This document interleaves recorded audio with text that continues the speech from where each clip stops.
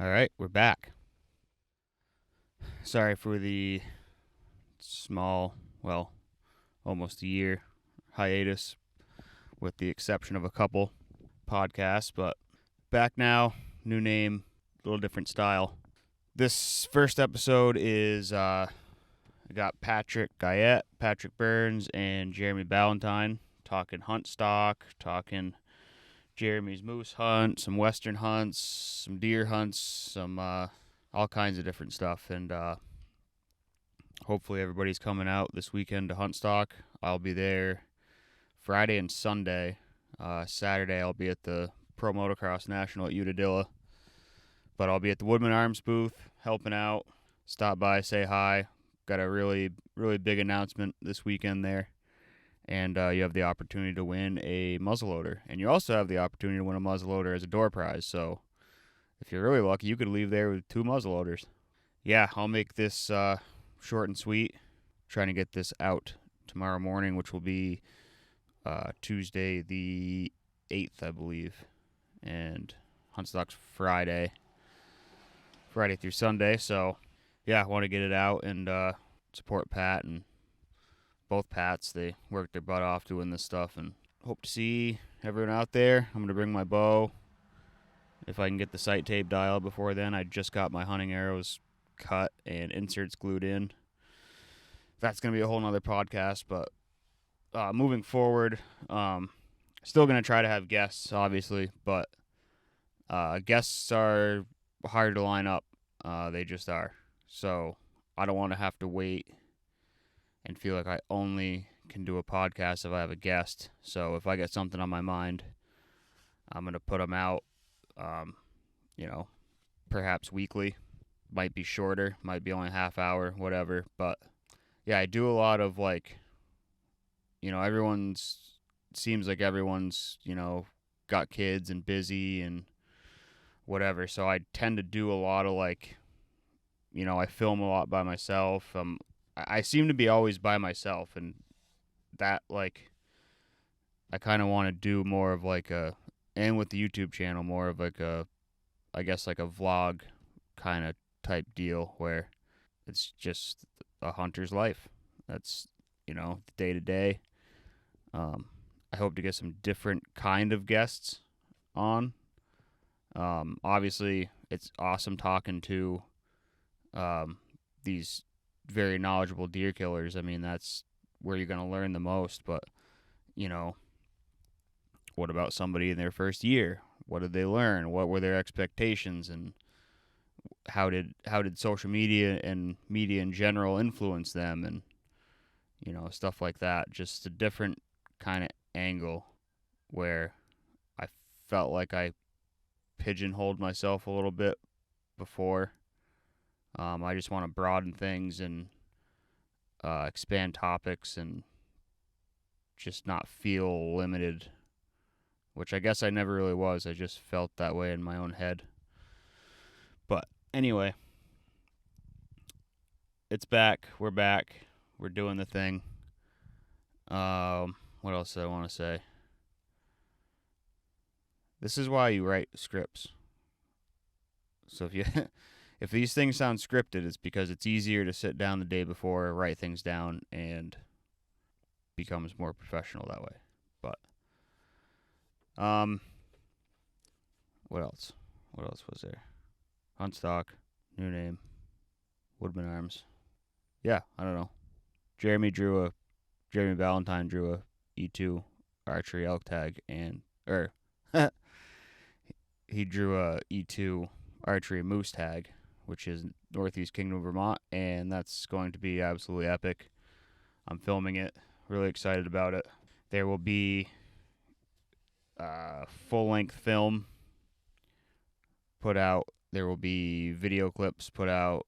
There will be YouTube shorts. There will be all kinds of stuff from that hunt. Photos, you name it. So, anyhow, apologize. Anyone's going Saturday, I'm not going to see you, but I'm equally, if not more, obsessed with motocross than I am hunting. So, going to the Pro Nationals is just the big part of what I do. there's only 2 that are close to us. One's Southwick, one's Unadilla. And Amy didn't get to go the last 2 years. 2 years ago, she had a blown-out knee. She just got out of surgery, and then last year was Huntstock, so I don't think it's fair to make her miss it 3 years in a row. Got to convince Pat to change it to the first weekend of August instead of the second, I guess. But anyhow, enjoy this one. I did video it. It's going to be on YouTube, but I messed up and I'm barely in the frame, but you don't want to see me anyway. You want to talk to those guys, so check it out on the YouTube channel. I'll leave links to everything down in the description below. Huntstock, tickets. If you want tickets, you can get tickets at the door. They're not going to sell out. They're not going to turn anybody away. Go follow these guys, Pat Burns, Jeremy Ballantine, Patrick Guyette, Huntstock Fest, Instagram. Check out Hunter Gatherer. It's Pat Burns' little apparel company. He's got some pretty cool merch and a cool idea behind the whole thing. So check all that out. Links will be down below. And thanks for the patience. Thanks for the support. And we'll see you at Huntstock, hopefully.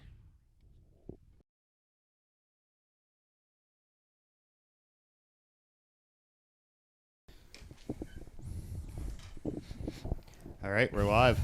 Oh, shit. Yeah, this is live. It's being recorded, live streamed. Hey, Mom.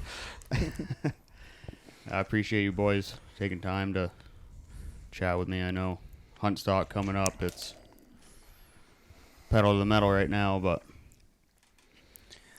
Yeah, but we're so prepared. We've been working on it for so long that today, honestly, it's like I worked a lot this morning, but then I was just like, throw a couple of hunting videos on the TV and start getting amped up for the hunting season too, you know? Yeah, it's all downhill from here, right? You put in so much work. Now it's just cruising to the finish line. Now it's like anything that does happen, it's going to be out of our control. Anything that's in our control, we're pretty much good right now. yeah, weather and all that's going to be what it is. Yeah. I mean, there's plenty of indoor space there, right? Yep. It's like if you went last year, you saw this huge barn. Then this year we even have the outdoor enormous, like, giant wedding tent. What's it like? It's 40 by 80. It's It's huge. a good footprint, yeah. It's huge. So, I mean, We got more canopy this year. and if you're scared of the rain, you're not really a hunter anyway, are you? It's a fact. I love hunting in the rain. Yeah. Yeah. So, hopefully we don't get any. I mean, but, Yeah. you know, It is what it is. The bring way your, it's been this year. bring your rain gear. Yeah. Bring your Kuyu. Yeah, I saw you wearing Kuyu. Yeah. So do you wear their stuff a lot? Yeah, I've been wearing it ever since I've been guiding over 12 years now. That Yukon gear is like, I've never gotten wet wearing that stuff. Awesome. And it's super breathable. You get the pit zips, you can open it up if you're walking and Yeah, pack. the legs zip all the way down, right? yeah, so you can take it on and off if you need to while you're, put it in your pack. Yeah. It's, I'm pumped for them. You or I both have never tried their stuff or worn it, so they're coming to Huntstock. That'll be great. yeah, I've got way too much Kuyu stuff. We're about to have some more. Yeah, they said they're going to send an email out to anybody who's ever bought Kuyu in the Northeast to let them know about Huntstock. I don't know when that's going out or not. I wonder if you got that. You'll have to check. Yeah. Yeah. I don't think they've sent it yet, but he'll be able to tell us. Yeah, because I'm on their guide and outfitter program too, so they'll probably. Yeah. Yeah. That's cool. Yep. Toku you to get on it, man. We got 2 weeks, man. Yeah, it's almost here. It is what it is. Yeah. Probably less than 2 weeks by the time you put this out, right? Yeah. Yeah, because it's, 3 weeks from this weekend, right? We're like 2.5 weeks now, so on this Friday it'll be 2 weeks away. Yep. Yeah. That's right. When do you think this is going to go out? Next week. Next week? Yep. Yep. So we'll be 1 week away or whatever. If you don't have tickets, you can get them online, but you can get them at the door too. And Yep. it's going to be an awesome time. Yeah. Jeremy's doing a seminar. Yeah. Are you? You and Nick. Yeah. He's really excited about it. Yeah, kind of nervous talking. I can talk like this. I can talk in front of a video camera, but we'll see how it all pans out in front of a ton of people. You're like, Nick, take it away. Yeah. Now it's just on locating bucks in the Northeast, and we're gonna kind of compare, me hunting in the southern part and him up in the northern section. That's awesome. Yeah. Dude, it's just talking about the stuff that you love Yeah, to do that you're so knowledgeable with the people about. You know, all like-minded individuals. yeah. I'll be good. Yeah. No, it'll be fun. I didn't get to go to Huntstock last year because I was moving out of one house, and then I had to renovate my new house, and I had to be moved in by September 1st. And it was like every single day, get done work at 4 o'clock. I was working on the house until 11:30, 12 o'clock at night. Every weekend, rallying the troops. I had 5, 6 people there, helping me, and we got it done. But it cost me going to Huntstock last year. Yeah. Well, chatting with everybody, it was fun. Got to have your priorities, man. Yeah, I had to do that. I had to do that to get moved in. So this year is totally different. So. Yeah, I don't think I talked to you for like a month and a half last year. Just like, it was. I wanted you to come down, but I knew it was crazy. And then you had Iowa. Yeah. Trying to get ready to go elk hunting. Yeah. Yeah. So. Got to pay to play. Be. Got to pay to play. That's all. So. That's it. Are you camping down here? Are you coming and camping? No, I'm going Friday and Sunday. I'm going to a race on Saturday that if I don't go to, my lady's going to leave me. So again, priorities, man. This podcast is about hunters' lives, right? Yeah. It's a balance of priorities constantly. But I'm taking the day off Friday, going down Friday. We're leaving at 5 in the morning, 4:30, 5 o'clock Saturday to drive out to the Pro Motocross National. Coming back, going to sleep, getting up, and coming back down to Huntstock for Sunday so I can help tear down the booth and all that. So you'll be busy. Yep. Yeah. The Woodman booth, right? You guys are going to be at a Woodman booth? Unless it's going to absolutely dump, pour rain out there in New York, then we're not going out. So I'll be there all 3 days. Yep. Awesome. But let's not hope for that because things move west to east, as we know in the hunting world. Yep. So. Yeah, last year I thought you guys did a phenomenal job. Not really knowing kind of what to expect. And Saturday there was over 1,000 people. Yeah, we didn't really have an exact number. We're going to be better with that this year. We just had what we had online. It looked like 1,000. Yeah, 1,000. there was probably 1,000 to 1,500 on Saturday last year. Yeah, and we think it's 3,000 overall came last year throughout the weekend, right? Yep. Probably, yeah. If you added up daily attendance, around 3,000. But we'll be better with numbers this year because we need to know as we grow too. Just for everything, forecasting things, and so we're gonna know pretty much to the T this year how many people show up. Yeah, I mean, the buzz is out there, so yeah. Again, dude, we've been preparing. It's ready to roll. I think it's gonna be a really awesome experience, and adding in camping with the vendors this year. Last year there was no camping, but vendors and content creators and guys that are you're camping out, right? Yeah. Yep. And it's just that's going to be fun. Nobody's got the core group of people who are activating and putting the show on are all going to be there together. Yeah. Yeah, we're going to be cooking a ton of venison, whatever. Oh yeah, partying it up. Yep. They got ribeyes on the farm too. Oh, awesome! Yeah. Yeah, but I'll drive down. I'm gonna have my rooftop tent on my truck, so I'm just gonna camp in the truck. Awesome. Yeah, it's gonna be good. Got bands on Friday night, Saturday night, so that'll be fun. I want to incorporate more musical elements to it. Pat and I both love music, and done stuff in music world, quote unquote. I put out my own album when I was a kid, but Pat was actually signed to a record deal at some point. So we both love music, and we want to add that to the element in the name Huntstock and Woods. It's the Woodstock for hunters. There's got to be some music involved. Yep. So we got a band Friday night and Saturday night. Might do 2 bands on Saturday, and yeah, that'll be a cool component to it as well. Yeah, it's the evolution for sure. This year is going to be an upgrade from last year in every way. So. Yeah, and that's the progression. Is Yeah.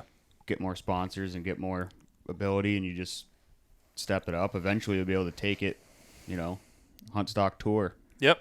That's the plan. That is the plan. Yeah, we might do a second one next year. We're trying to line it up, and I don't know exactly where, but maybe Pennsylvania or Western New York, something like that. Not too far from the Northeast, but far enough away that, the guys that aren't driving to this Massachusetts one, we can try to replicate what we're doing here. In another area that isn't, again, too far away, so we get some base of the same sponsors and podcasters, and people want to go and participate in that one. They don't have to get a flight. But then we get a whole new drive radius of people like from Pennsylvania and Western New York that don't come all the way here that would go to one out there. So we might test that out next year, just trying to line that up. That'll be cool. Yeah. Yep. I talked to Steve Shirk last year, and I was like, you should come up. He's it's kind of a drive. He's guiding, yeah. And his busy season for, like, I think, doesn't their season start super early? No. No. It may be right around the. I think it's the very end of September, maybe first part of October. End of September, okay. He's another one of those guys that works for himself, and he's just, during the summer, it's like, got to knock it all out so you can hunt. Yep. What do you do for work? Because you work for yourself too, right? Yeah, I'm a carpenter. Carpenter? Mainly finish, trim, kitchen installs, and all that custom stuff. Did you kind of do that by design to work around your hunting lifestyle so that you can? I realized that had to be the way it was going to be. Yeah. I couldn't work for someone else. I mean, I was in my 20s, and I don't know how many jobs I quit so I could go elk hunting in September. Yeah. I was just like, I need 2.5 weeks in September. They're just like, well, that's not going to happen. All right. Here's my notice. I'm not going to happen for you anymore. I'm going elk hunting. So Jeremy goes, I'd like to put in for some vacation. Yeah, sure, man. What do you need off? September. September what? Just, the month. all of it. So that's what I did, all through, started in my 20s. And I would just do carpentry and, bust my ass all year and then take as much off of the fall as I could, And as that progressed, I can take more time off, and it just gives me freedom. So, I can go and work 15 hours a day and bust out a project and then have some free time. The weekend doesn't really matter. I can work whatever day I want, It just gives me more freedom. Yeah. So you built your whole life around that. Same thing, yeah. Yeah, that freedom. I think it's important. I'm surprised more people don't. You got to have it. Drive me nuts for that. I know I see certain people that live like that 9-to-5 cubicle lifestyle. I'm like, I dread it. I'm like, I could never do it. I don't think I could. I couldn't do it and have the passion to do what I do now. You don't have the time to do it. Yeah, you can't move any pieces on the chessboard. You're just stuck, Yeah. So I think sneakily, like kind of inception wise or something, that's kind of was one of the reasons I started Huntstock too. It was just I'd started getting more obsessed with hunting. You guys had the bug earlier. I hunted my whole life, but I wasn't super obsessed with it until like 3 years ago. And then COVID hit, and I was like, and then I had a kid, and I'm like, all right, well, something's got to give. I can't have this obsession with hunting and put in the time that I really want to in it and spend time with my family, because then I'm going to I have to quit the job or leave work early or do something like that. The only other way to do that is build your own lifestyle around a company that you do your own. So then now if I want to go shed hunting, it's during the week between 9 to 5. Once I drop the kid off, it's like I'll dedicate a few hours on Monday to go shed hunting. Yep. And now the only thing, I'm not hurting an employer now. It's just, I feel guilty that I'm not working on my own thing at that point. But it's on your own terms, right? And you get to put your foot on the gas or the brakes when you want, and your own hustle dictates what you're going to make. So yeah. Whereas you work for someone else, you bust your ass for 40 hours a week, 80 hours a week, whatever, sweating. It doesn't change what you're really going to make. Whereas, nope. And you lose all. And your you never get the respect that you feel like you deserve either when you do that. But you can when you work for yourself. You do. But if you bust your ass for a company and you do really really good for them, yeah, they don't recognize it. No, you just end up being a cog in the machine for them, and even if you make good money doing it, it doesn't feel good. It's just like it's just a whole weird thing. And during hunting season, you got to work. The job would want you to work all daylight hours. Yeah. It's like if I got a project that I need done, I can go hunting during the day, and I could go work at night, and then I could get up really early in the morning. And if it's terrible weather, I'll just work, and then I'll just pick my days when I can hunt. And especially tracking. If we get good tracking snow, there's no way that I'm working. Yeah, at all. You gotta go. Yeah, I'm going. Because we may only get a couple days to do it. So when you get those good cold fronts in October, it's like I'm gonna go deer hunting. Yep. I'll work around it. Whatever I have to do, work at night, whatever. But I'm gonna go hunting during the day. Yeah. Yeah. I find myself not even really hunting that much on the weekend anymore, because it's like I work. I'd rather work. I hunt in the week, and on the weekend I'd rather be with the family now. It's like I got 2 kids and a wife, and we'll spend time with the family. Like I don't think I hunted Saturday, and one Saturday all last year. We can't hunt Sunday in Massachusetts anyway, so I never hunt Sundays here. But most of my hunting is during the week now. Yeah. Which is sweet because you have the woods to yourself a lot during the week too. 100%. Yeah. For sure. Yeah. That's what, going from my old job to the town, like, we're going to be able to film a lot more tracking. As long as I don't have to be in a plow truck. Yep. I can be like, all right, I need the next 2 days off. Cool. See ya. Yeah. Yeah, see a storm coming. You got to have that freedom to do it. And how often does it, it's raining in the river valley and it's snowing up in the mountains. Yeah. Happens a lot in November. Oh, yeah, absolutely. So. Are you going to film Timmy at all again? I don't know. I think Nick might be. Oh, yeah. Yeah. Yeah, he filmed him last year a little bit, right? Yep. Maybe. Who knows? Yep. I'm maybe behind him quite a bit. That's awesome. I want to make it might take a couple years of filming to get what I want, but I want to make like a film style video where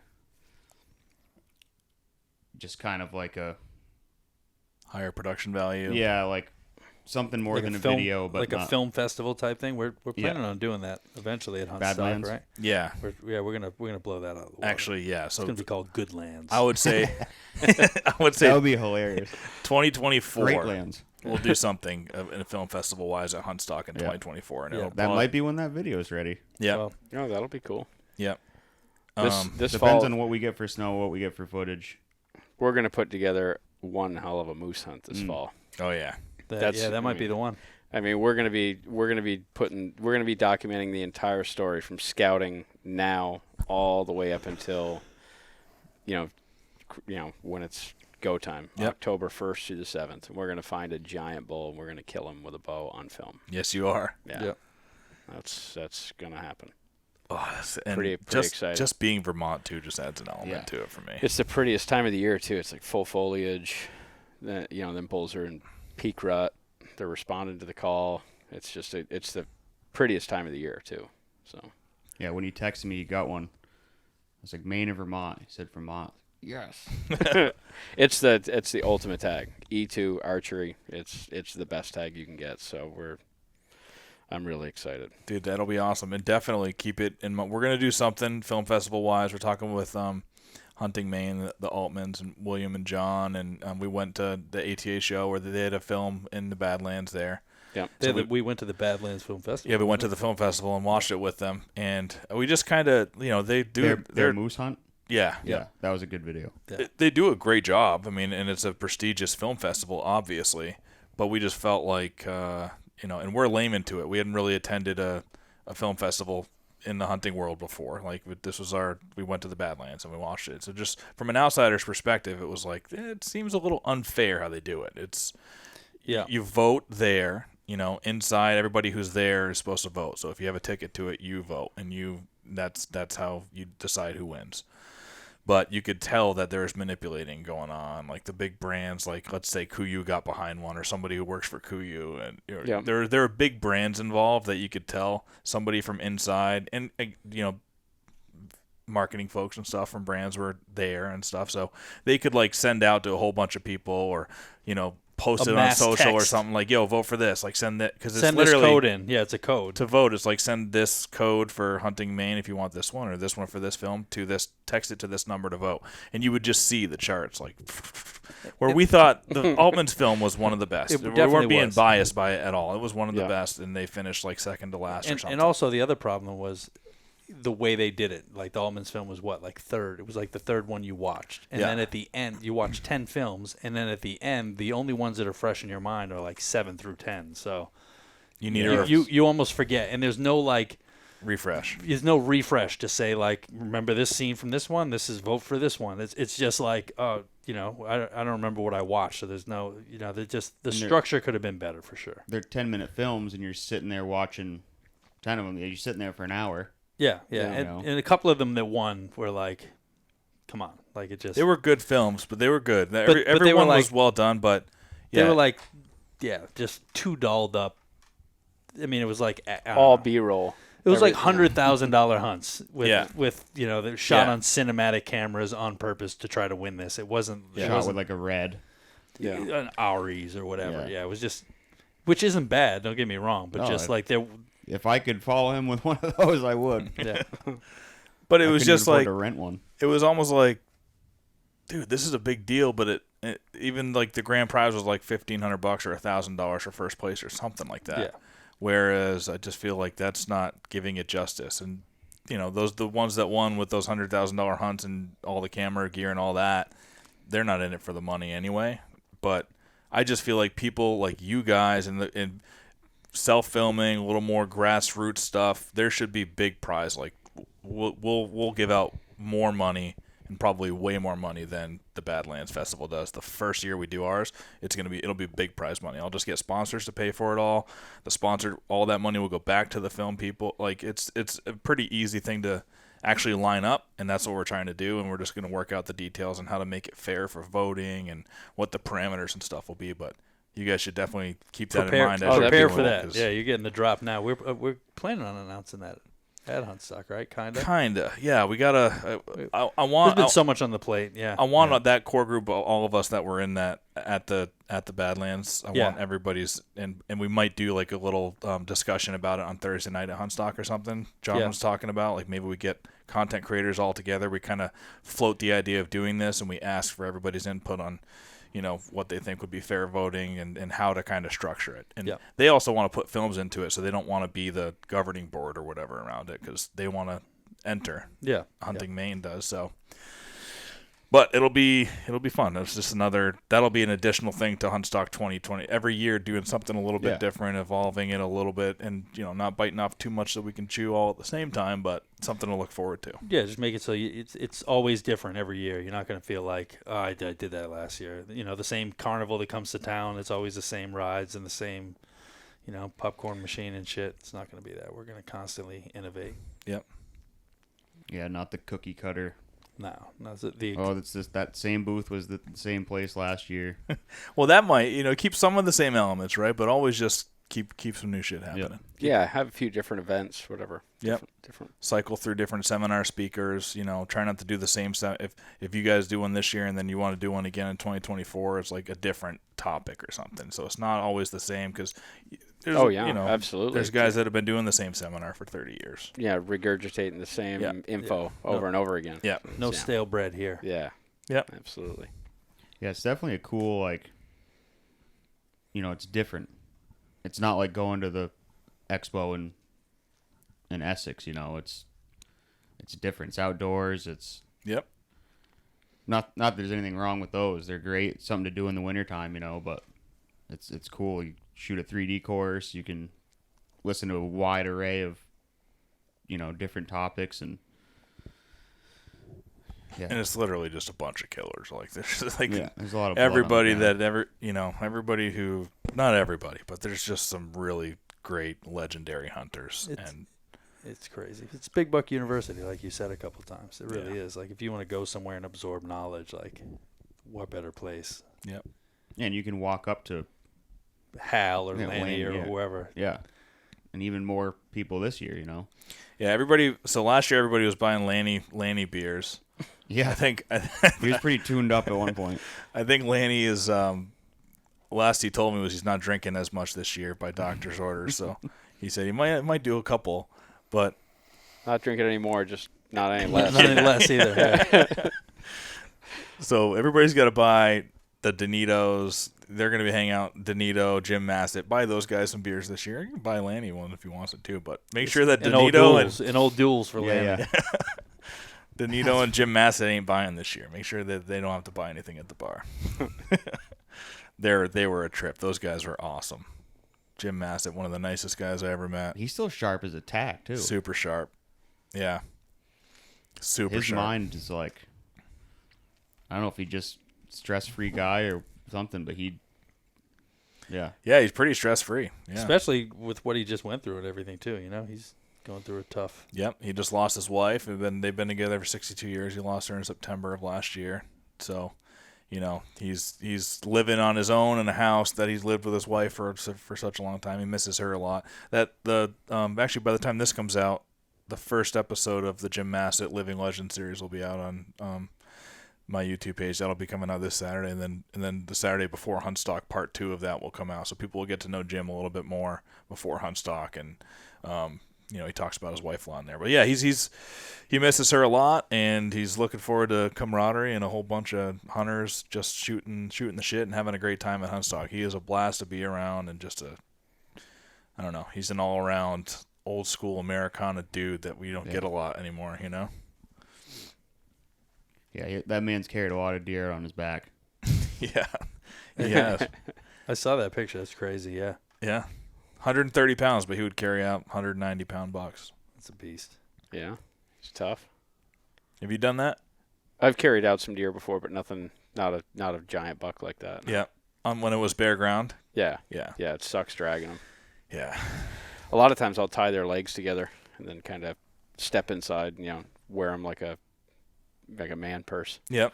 And walk, hang onto the antlers with one hand. Yep. Like a Joe Rogan fanny pack. Yeah, you can do all sorts of stuff. The elk hunt's going to be, we pack out those elk and stuff. So, but that's you put them in a frame. That's how I packed out my elk from my deer from Iowa. I just deboned it and put it all in a pack frame and. Yeah, because you had to anyway to. Yeah, I had to break it all it out. down. I had to debone it to bring it home, anyways. So they let you bring it home, just minus the bones. yeah, so I just broke the whole deer down right where he died. And brain matter. And right? yeah. So you had to boil the skull out there. Yeah, I just boiled the skull out there. But you break a whole whitetail down, just debone it and everything. It's, you can carry it all in one trip. It's heavy, but you can carry it all in one trip. What do you figure that one weighed? He was like in that, that 185, 190 pound deer. Oh, no kidding. Yeah. I don't know. You got 85 pounds of meat, something like that. Yeah. Yeah. And then the antlers in one hand. That's cool. We should do more of that in the Northeast. It's the way to do it. Yeah. No one's following your drag marks out. Nothing. Yeah, it'd be easier, especially for where I'm at. Yeah. It's like hell drags trying to drag through that thick Bare shit. ground, they drag so hard. You get all the hair worn off on one Oh, side. yeah, I've done that a couple of times, you're right down to the hide. Yeah, you're fighting that brush and everything. It's like, no, just take your game bags, break them right down, and put them in a backpack. It's the obsession with weight that why most people aren't doing it. It is. They really want to, and it is fun to bring them to a weigh station and have that whole, and have them hanging. That is fun. That's a cultural thing. Yeah. Most of my big bucks have never seen a scale. Like, I don't even weigh them. Most of them you're telechecking now. You're just doing it online. Yep. So. But our new product this year available at Huntstock is the digital remote scale, which you hook up to a tree and weigh your deer in the woods. No, Altman does that. John was Does telling me he brings out a regular pulley system and scale that packs up pretty easy, and they'll cut a limb and they'll get it up, put it between a crotch of a tree, and they'll hang and weigh their stuff and then pack it out. Oh, no kidding. So you can actually get the real weight. I mean, Yeah. it's not going to be an official scale or whatever, but it's accurate enough, and as long as you don't give a shit about if it's official or not, you just know. Yeah. That's a good way to do it. You carry something similar to that in case you got to get a deer off the ground. You got to leave overnight. Yeah, if I Don't have you? to leave them overnight, it's called a nifty lift, and they make them right in New Hampshire. And it's all machine. right. It's all machined aluminum. It's got a lock on it and everything. The whole thing's, I think it's only like 7-8 ounces, but you can winch anything off the ground. I think it'll pull 500-600 pounds. But That's it's just awesome. you can do it with one hand, then just lock it. So if you shoot a buck way up on a mountain, it's just for dark. Go feet first, so the Hang good it. meat's off. Well, coyotes will not Yeah, I touch guess anything that's hanging. Hanging It's- upside they're down. They're like, scared "What to is death." that?" It's funny you said that because a few years ago, They won't touch anything hanging. Me and my buddy I shot this deer, and we wanted to get some incredible video of coyotes eating the remains. So we tie up like all the innards and shit in a rope, and we literally like hoist it just off the ground, just enough. Put a trail camera on it. Like, I got video of us like washing the guts off our hands, like testing the camera. Like, this is gonna be sick. We're gonna see like a Yodi come in and bite it, and just the stomach fall on his head, and Scared of it. nothing happened. No coyotes. Coyotes were in the area, but it was crows picked it. That was it. Say the birds probably got it. Bobcat and Fisher will work it. But that's funny. They don't touch it. Yeah. It's weird. The dogs do not like it. Coyotes are scared of everything. Cats are curious. So when you hear that saying, "Curiosity killed the cat," Yes. that was a guy that was a bobcat trapper. Cats are curious of everything. Coyotes are scared of everything. So you get it just hung up just a little bit, and they're not going to mess with it. How much does that thing weigh that you carry with you? That nifty lift, it's ounces. It's under a pound, and it's tiny. That's sweet. Yeah. Yeah. I might start doing that. Yeah. Yeah, if you got to leave one overnight. In the suburbs, you don't have to worry about it as much, but No, it's in bigger woods. My buddy does that. Mark does that. He'll hoist them up if he's too deep in. Yeah, a good buddy of mine. He shoots some really good deer, and if I get a phone call from him at night, and it's during hunting season, I'm like, "We dragging one tomorrow?" He's like, "Yeah." He's hanging in a tree, and it'll be like 2 miles. We'll just walk in totally prepared to drag, and maybe carry a jet sled if it's bare ground, and go in. Pull him out of the tree, put him in a jet sled, and then you're walking in the daylight. You're not putting a stick in your eye, and you're fully rested too. Yeah, and you don't have a gun, you don't have all your gear. You're just walking in dressed light and dragging. Is that Timmy? Yeah. We ought to get him on. He's kind of a legend in our area. He's a talker too, man. He would be great on a podcast. Yeah. He would be, and he's killed some giant bucks. I mean, I don't know how many bucks he's killed in Maine back in the day that were over 230 pounds dressed, but I mean, a lot of them. He killed one that was like 260 something. Big non-typical. There's stories of people see his car parked somewhere, and the next day it's covered in snow. Like, I don't think he ever came out of the woods. Yeah, he's got some wild stories, man. He's a character. Yeah, but he's the one that got me on to, hanging him up and then going back in the next day and dragging him out. That's a good way to do it. Smart. Yeah, when you're dragging him out this year, give him say, hey. Yeah. You ever thought about doing a podcast? Oh yeah, he listens to them all. Yeah. He's got he's got YouTube and everything, so he listens to all the podcasts from you guys. But I wouldn't know him if I saw him, but like I got 6 or 7 friends that know who he is. Yeah. Yeah, he's killed a pile. He's killed a pile of big bucks. there's so many guys like that. Yeah. That nobody knows who they are. They're ghosts. They're doing that. It's on purpose, and that's awesome too. Yeah. I mean, I don't know. Like I struggle. I go back and forth between the two. You probably had, I know you used to film a lot and with your channel. But have you guys ever heard Matt Ranella or listened to him at all? Steve Ranella's brother, and his, how he hates the whole content creator thing. And, I listen to him a lot and I go, yeah, I kind of hate myself now too. Yeah. Like he's got some good salient points on stuff that just at least make you think, and he just did a podcast on the Hunter podcast, and it's like a 2-hour thing. He's shitting all over the hunting public, and he's saying, well, people are filming, they're self-filming, and they're saying that they're over here, and he brought up that Chris B. Kansas buck, that 187 inch, so that's why I was watching it this morning.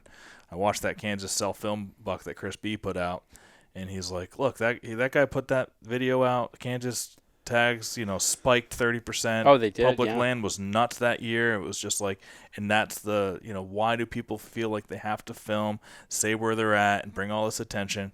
And like, dude, there's a lot of salient points in that. And I feel like with people filming, probably should just, if you want to film, keep filming, but just don't say where you're at. Well, why does it even matter? After COVID, go out and go public land elk hunting in September. You pull into a trailhead, there's 40 trucks there.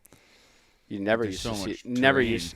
There is a lot of terrain, but you never saw that when I was in my 20s and 30s. I never saw that much pressure. Yeah, like Idaho. It was like right after you could always go to Idaho and you could just buy 2 elk tags right over the counter. Now they sell out within 30 minutes. Yeah, it's just crazy. It's a double-edged sword, right? Yeah, you want to keep it going, but at the same point, you shoot yourself in the foot. Our mutual friend Armand, he's like anti-podcast. Yep. He's I can't tell you how many texts he's sent me being like, I'll be like, Dan, there's all kinds of guys. I'm seeing all kinds of trucks. He's like, keep doing them podcasts, bud. Yeah. I just normally say the state. Yeah. Yeah. No, it's. I'm gonna just start changing the planet up. You know what I mean? Get some people away from me. Yeah. Change your name. Hunting on Mars. This is Romulus. Bat Perns. No one will figure it out. Pat Burns to pee. Yeah, that's a good. Just got to get an undercover vehicle. That's another big part of it. Yeah. You got to get a soccer mom van or something for deer season. Yeah. We thought that because Amy's got a Subaru. It's like, oh, perfect. Perfect. Yeah. Put some coexist stickers on there. But then you come out from turkey hunting and there's 3 hunting trucks parked behind your car because they think you're in there hiking. Yeah. Well, that could happen too. But. So we put an NWTF sticker on the back of it. Yeah. It helped a little.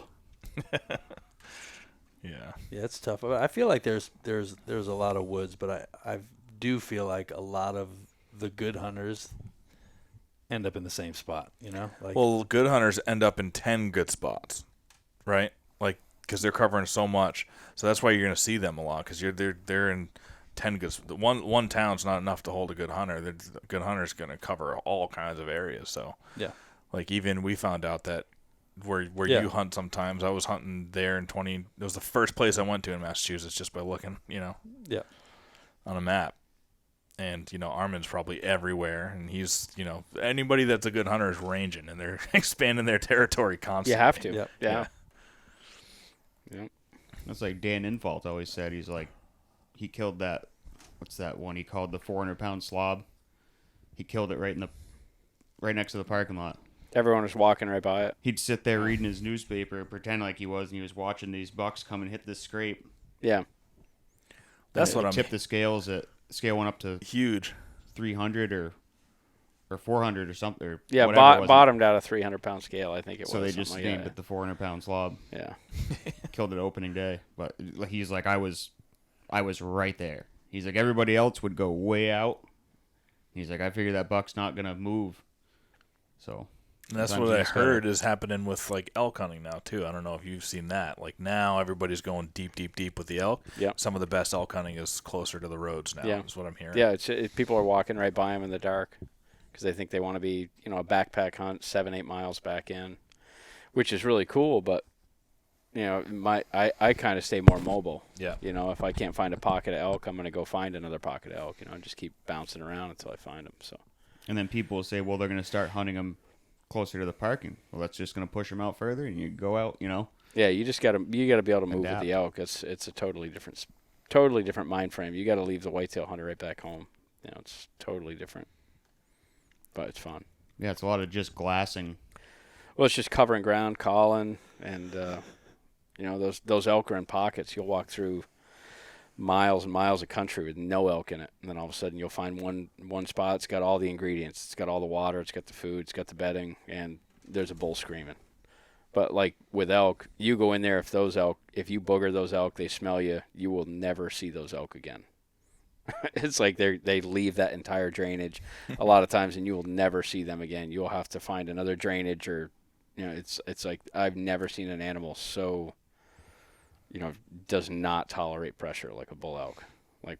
All the cows probably dictate that, but elk, like, they get pressure, they just go 5 miles in one direction. They've got the same exact stuff they just left. Exactly. Yeah. Their range is just huge. But the funnest thing to do with a bow in your hands is shoot a bull elk in September in the Rocky Mountains. It's pretty That's awesome. what I keep hearing. It's wicked, and it's my favorite venison to eat too. So that really helps. Elk meat's still called venison? Yeah. All right, I'm a novice. Yeah. Oh, it's awesome. They're, what's a deer called? Cerva something? A Yeah, cervid, not- part of the Not cervid, cervid. Yeah. part of the cervidae family or class or something. Yep. Cloven hooved animal. Yep. Yeah, in the Bible. Yeah, they're awesome. Just the way they smell, the country they live in, and then they're screaming like a dragon. It's pretty awesome. Pretty hard to beat. I've never experienced it until I went to North Dakota to hunt last year and hunting whitetail. But we were covered up in elk the entire time. Were they talking at all? Giant or- elk, yeah. Oh yeah. So actually, the first 4 or 5 days that we were just glassing and hunting, they weren't talking yet. And then the first day that we could hunt, September 1st. Actually, it wasn't that night. It was the September 2nd. I climbed up. It's still different. Just hunting out in North Dakota in general was just different. It was awesome. But we 2-mile hike down from a bluff to across these huge plains. You cross the freaking little Missouri River, and then you're going through grass up to your head and avoiding, rattlesnakes, and you're working your way up a draw. And there's hardly any trees you can get in where we're at. Yep. So it's like ground hunting. So just covered up in some brush on the edge of a cornfield. Second day, but the first day you can hunt the morning. Out there you can't hunt until the first day you can hunt is only afternoon. You can't hunt the morning that first day. That's weird. So it was kind of weird. So the first morning, the sun's coming up, and freaking elk just emerge out of the cornfield. Like the elk emerge first, and I'm like, dude, this is sick. And then first bugle we heard all day was right there, right in front, all trip, right in front of me. And then they bugled the rest of the trip, and it was cool. They were fighting the whole time. They were just rolling around in the river. That's cool. They were by the river a ton. Yeah. When we were glassing. So by the end of it, we were kind of sick of seeing them. It was Yeah. like, these elk are here again. It Yeah. just became a thing where it was like it wasn't as cool anymore because we saw them every day. Yeah. And we just wanted some big whitetails. Yeah. But it was awesome. They're cool animals. They must be hard to get a tag, and Yeah, it's a Dakotas once in a for- lifetime. yeah. Yep. That's why those elk act that way. Yep. Oh yeah. And this is on this dude's ranch, and there's lots and lots and lots of national grasslands around it too. Yeah. But you really can't get in there unless you can get through this dude's ranch that we were on. So they're pretty unpressured. Huh? How many days were you out there? I think I went like 10 days total. We were hunting like 7, but I went out maybe 11 days. I went out like 4 days early just to glass and get a lay of the land. And it was awesome. I can't wait to go back. Just get a mule deer tag too. They're 50% chance of getting one over the counter. And just by chance, we had 4 of us went, none of us got it. Yeah. But next time, I'm sure a couple of us would. We had Boone and Crockett mule deer everywhere too. No Just kidding. covered up in Boone mule deer. The only thing we didn't see Boone and Crockett animal of was whitetail, because the EHD in that area had killed a bunch of the mature bucks the year before. Did you find a bunch of dead ones at all, or? Nope.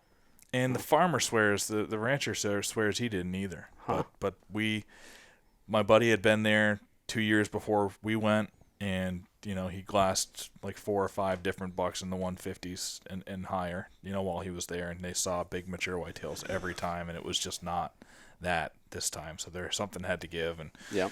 everywhere else people were telling us that that's the zone that got hit, but the owner of this ranch was like, no, I don't think we didn't find any dead ones. I don't know, but Huh? That's Does bizarre. the EHD not get to the muleys?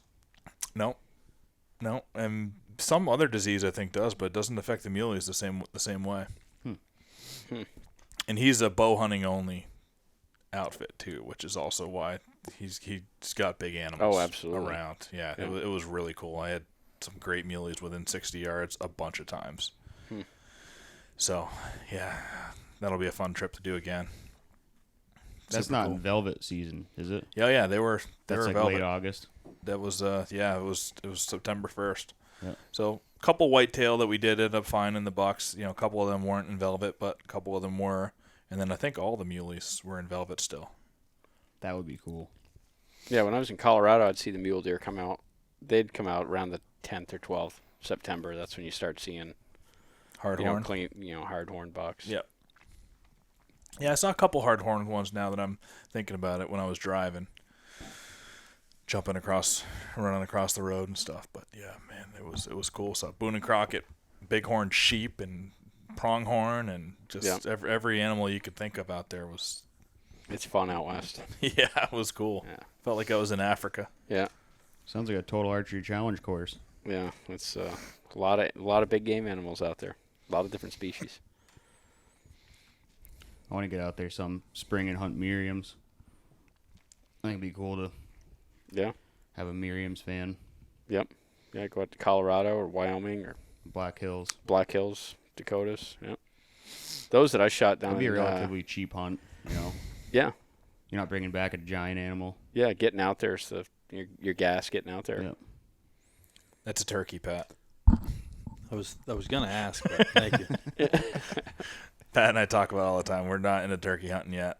People I'm ask me all the freaking obsessed with it. Yeah, and you guys both are, right? Yeah. And most people I are. used to hunt them a lot harder than I do now. Yeah, I used to drive out. I used to drive out to Nebraska and South Dakota in the spring, and I just want whitetail, man. Yeah. I don't know. Yeah. None of the other stuff interests me. I don't know why. yeah, Because I have friends that offer all the time, like, come do this, come do that. I'm like, I don't know, man. Just doesn't feel the same. Even the way a mule deer hops, I'm like, dude, what the fuck am I shooting that big rabbit for? That is so true, though. Yeah. It's so goofy. It's like, dude, that thing's handicapped. Don't shoot it. they're really cool seeing them in the subalpine though. Like up there in that alpine meadows, real high elevation, early season. It's really cool seeing those. I mean, you see a buck up. He's running like See he's it. handicapped, bro. Leave him alone. What you guys doing? Just run a little bit more aggressively, and then I'll kill you. Yeah, just one, little something. Yeah. What Run about normal. rabbits? We get you hunting behind beagles? No, I got rabbits in my yard. But yeah, I don't know. Just the deer, man. If it's I think the shed whitetail season. is the best animal in the world, though. Yeah, I do too. I just Well, It's like definitely the most elusive, right? It's most popular. Yeah, it definitely is. Just an awesome game animal. Yeah, Find them everywhere. There's just some the connection. stuff they do is cool. Yeah, the Hits and variety. the rubs and it's less herdy, so the does will be, I guess, grouped up, but it's not. I don't know. Whenever I think of the Western shit, it's just, to me, it just looks like. I mean, I know it's challenging, and I know it's a totally different ballgame. Yeah, you just gotta try it though. You Yeah. gotta try it. Like miss shed season though, or scouting. I don't know. Maybe someday. But I'm not gonna shoot the handicap run. Yeah. shoot that giant rabbit for Yeah, those ugly 180-inch high country mule deer. I don't know. It's crazy. Have you ever had mule deer? Yeah, I killed a good one in Colorado one year. I killed one. He was 26 inches wide. Oh yeah, I seen that picture. Is it what's the comparison to whitetail as far as It's- meat goes? You can't tell the difference, Yeah, really. I I figured. mean, it's all good, but they're a big deer. It's probably the biggest bodied deer I'll ever shoot. I mean, he was 300 plus. I mean, he's huge. Yeah. Timmy's wife Andrea killed a big one. I forget where, but he said it was like 350 pounds or something. Yeah, they're huge. Yeah. But- We saw some giants. I mean, glassed up some giants in that high country. Above timberline is where they are early season. But it was fun. Yeah. What else you want to talk about? I don't know. I figured you had a whole list of stuff. I'm burnt out, man. I've been working in the sun all day. Craziness. Yeah.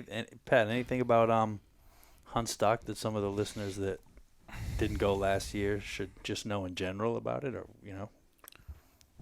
No, I think I think it's been promoted to death. Speaking, I see the ads on my phone. Like, we're literally paying for me to see the ad like 20 times a day.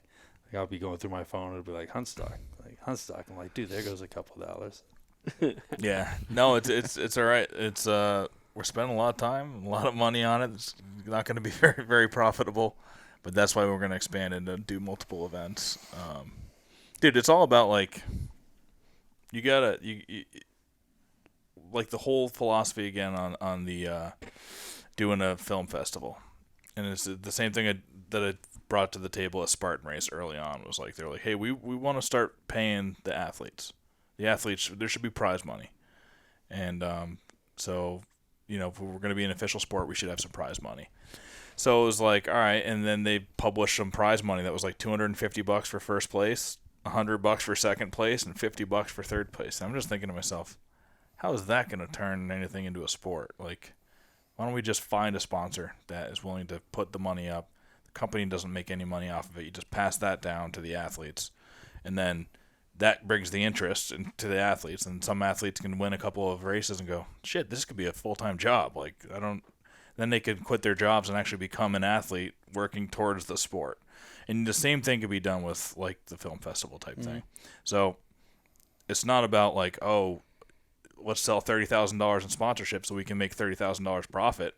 No, let's change the game in the film festival world, get a $30,000 sponsorship, but give that all back to everything goes into the prize pool, and then incentivize people to make good films, and want to be a part of something bigger and more unique. So that's our philosophy with Huntstock. We spend a whole ton of money, and the expenses are super high because we want everything to feel professional. We're spending a lot of money on having professional video and audio guys manning each stage, so the stage is going to sound better than anywhere else that you've gone to watch a seminar. We've got we're spending a lot of money to make sure that everything is a really cool, super premium feel for the experience. Yeah. And eventually, a few years down the road, yes, the goal is for it to make some money. But like most of the money goes back into the event now. So I hope people experience that, see that, and feel it when they show up. It's like, yeah, this really does feel different. That's all. That's probably the last. All we really got to talk about for Huntstock. Yeah. No, it's definitely like I said, it's a different feel. It's a different like vibe than the standard walk around, look at this booth, that booth. You can win some prizes. There's more going on. There's more. You guys are giving away e-bikes and how many guns this year? I think it's like 7 guns bows total. and 7 guns this year. Yeah. That's cool. Yeah. Like Woodman Arms is one of them. A Ruger, 2 Mossbergs, a Sig Sauer, a Savage Arms. And they're all nice too. Like they're super nice. Marlin. That one Sig is crazy. Yep. Sig Cross Gun, $1,800 gun. Hoyt's doing Carbon RX-7, like a $1,900 base bow this year. Elite Archery's giving a bow. Yeah, there's just a lot of stuff. You can win outfitted hunts. They got a Rhode Island outfitter coming up. People think there's some giants in Rhode Island, dude. I don't know if you've looked at, done any research into Rhode Island. That's another sleeper state. So we've got a Rhode Island outfitter coming that's donating a 2-day whitetail hunt down there. Darn tough with a $5,000 worth of socks they're giving away. They're giving away tons of socks at their booth all weekend. They're the best socks in the world. That's literally a lifetime of socks. Yep. Yeah. Yep. Lifetime warranty. Yeah, you wear out the socks, they give you new ones, right? Yeah. That's a good deal. Yep. And there's going to be a lot of cool new experiences this year. The axe throwing, like just all the different vendors are just stepping up, bringing shit too. And that's what we push. We want people to like push the envelope the same way we are. We're not going to restrict anybody. Like you got a cool idea, fuck yeah, run it. Mm-hmm. Yep. Yeah, like aren't you guys doing mud wrestling at the Woodman booth this year? Yep. Timmy's putting up his. It was Timmy's idea. Yeah. I thought he wanted Jello. He went to mud. I think it's pudding. Oh boy. It's gonna be fun. I'm looking forward to just hanging out with everybody after That's the hours. thing. It'll be a good weekend. Yeah. It's been a long summer for me, so it's gonna be good just to bullshit with everybody about hunting. Yeah. It feels like a big deer camp. It really does. It's like, that's the closest thing you can get it to. People just felt like, even people you didn't know felt like family. Everyone had a smile on their face. Everyone's laughing, shooting the shit. There was no bullshit, no egos, none of that. It was awesome. That's how it should be. That's how it is. I mean, at the end of the day, we're a big community, but we're a small, tight-knit community who all has the same sort of, morals and ideals, and we all want the same shit. So it's beautiful to kind of get all that together. Hopefully we get to enjoy it a little more this year because we were running around crazy last year. I'm thinking of that now. I'm like, yeah, you guys were we saw like two versions of you, that way and that way. Yeah, and I really wanted to be able to like hang out and enjoy and talk to a bunch of people and have long conversations, but I couldn't really do that last year, and you couldn't either. I mean, we had moments, but yeah, it was great, but it's still work, Yeah, I remember the first time I felt like I could breathe was Friday night after the festival was done, and you go to the bar. You mean Sunday night? Little after party. No, Friday. Friday after Friday. Like when the festival part shuts down, and it was like, all right, just have a drink, and then you could enjoy it. But during the day, it was so much running around. But we hired Porter's our festival manager this year, and he's going to be taking a lot of that off our plate. We got great volunteers, a bunch of awesome volunteers that come out and help all day. They get cool shit too, right? Oh, they Yep. do. Are we still looking for a couple? We can always take more volunteers. So yeah, if you want to volunteer, if you're listening to this and there's still time, just hit us up, huntsuburbia@gmail.com, or just send a DM or something. Yeah, I'll leave links down below for all that stuff. Yeah, but you volunteer one day, then you get the other 2 days for free, and you get extra door prize ticket on the day that you volunteer to the regular door prizes, and then you get entered into our volunteer-only door prizes, which is actually there's Connecticut Carl does some artwork, so that's going to be one of the prizes. It's a really cool burned mushroom scene that he did. He makes a custom moose antler cribbage board. And then we're going to pull some of the great prizes that we have in the regular thing and pull them over to the volunteer-only raffle, too. So there will be a couple $1,000s worth of stuff that we give away just to the volunteers. So it's like a little mini, way higher chance of winning. Yeah, last year almost everybody won something, right? Yep. Of the volunteers. Yeah, just it was an awesome experience. So we definitely can use help any day. There's always going to be stuff that... And that right there just speaks to how your guys thought process with the whole thing, because the volunteers kind of get like overlooked and kind of, seem underappreciated. Yep. But it is such a necessary part. Yeah, you can't run an event without a good core group of volunteers. You just can't do it. It would be way too expensive to pay everybody full time for all those hours. It's like you just can't do it. Yeah. You wouldn't be able to scale a show like that. So you need volunteers. But in order to get volunteers and not take advantage of people, you have to treat them extremely well and show them that they're everything that they're doing is appreciated. And we're trying to do that. I think everybody that volunteered last year loved it, and the majority are coming back most this of them year. are coming unless back they had mostly. some family stuff to do. Yeah, so everybody That's awesome. loved it. So, but we're always looking for new people. So if you're interested, let's go. Let's do it. Yep. Work one day, get a pass for your buddy, come back the next day, shoot the course. Yeah. Yep. Exactly. And you can volunteer. A lot of people volunteer every day, which I would rather people go out and enjoy and experience the Huntstock at least one day. But if you do volunteer every day, then you get Are bunch there of entries and busier times where you could use more in the morning? If somebody couldn't do an afternoon, could they do a morning? Yeah. We can always make something work. Saturday is like the craziest day where you need a lot of volunteers and but yeah, like there will be times where you're not doing hardly anything, where it slows down on Friday and Sunday, and you can obviously go enjoy the show and stuff. But yeah, it should be fun. But hit us up if you want to do it. Yeah, everybody come. It's gonna be a good time. You want to go try to glass some bucks up or what? Yeah, let's go see if we can see some velvet. 7:28. It's a good time. Yeah, we got about a good hour to go cruising. Sounds good. All right, man. see you, bye. Thanks, fellas.